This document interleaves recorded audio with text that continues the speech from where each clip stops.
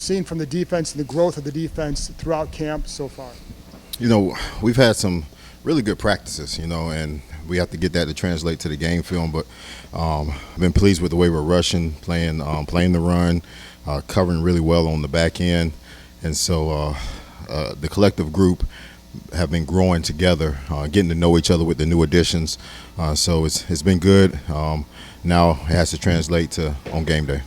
Do you feel, because of the way you talk about the coverage in secondary, do you feel that allows you to be a little bit more versatile, creative with what you want to do?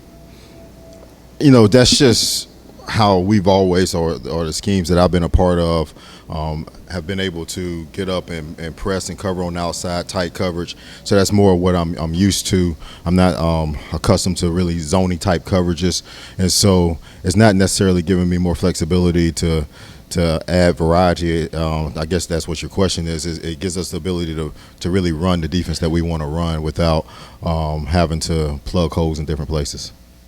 The young guys at linebacker, the guys that got a lot of work against the Patriots, how did you feel they handled that first game? The game or the practice? Wasn't what it needed to be in the game. The effort was there, but the details, the fits just wasn't what it was supposed to be. So I'm looking for, because I was really excited to see our twos go against their ones, and in certain spots, certain people showed up. The young linebackers, they have the opportunity this week to show up this week. And what have you seen out of Jeremy Reeves throughout camp? I mean, has he taken a step from last year in your opinion? Oh yeah, I mean he's earned right now to be that third safety type of player where you'll see him in there more. He's such a special teams ace that it's hard to just play him full time on defense because he's so important to special teams. But he just keeps making plays. So we're gonna find places for him on defense, and he's earned that. He's always around the ball. His physicality is unmatched, and so I've been very pleased with what he's done this camp.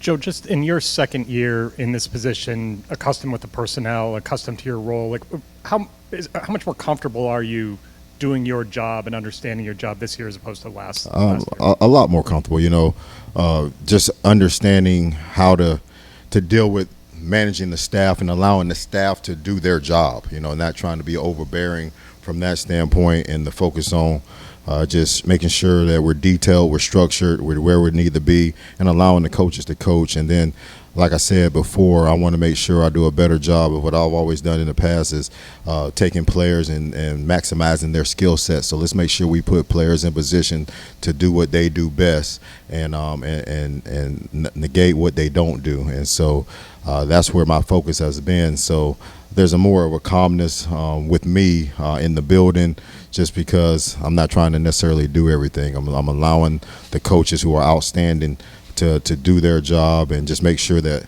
we're structured, we're on time, we're detailed out, the players understand what we're doing, and then let's go play fast.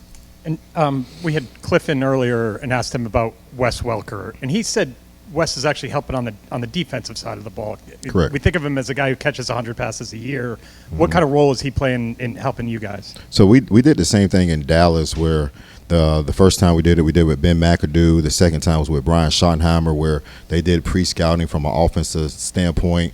Now Wes is going to do that with me, and it was really because Shotty was really good, especially on anticipating. Okay, this is what you're going to get next. This is from an offensive lens. Now my background is started off on offense, so I still see things from an offensive lens.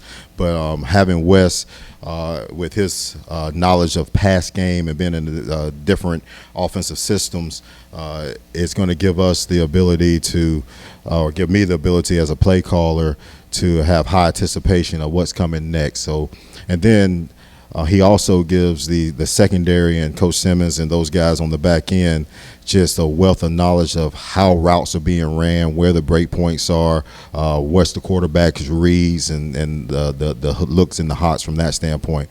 So he's been a really good addition, and I'm looking forward to working with the rest of the year.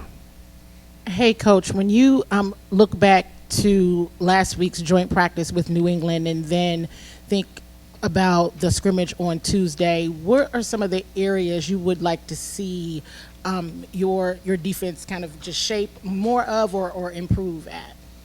The scrimmage, if we could play like we did in the scrimmage, especially the one defense, that's what it should look like.